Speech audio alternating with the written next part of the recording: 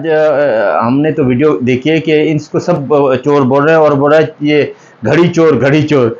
अभी हम ये तो बोल रहे हैं कि भाई हम ये मुतालबा करते हैं अपने दरिया से कि मेहरबानी करके इसके एक्शन ले और पूरा फौज को पूरा अपने कौम को ये बदनाम कर रहा है।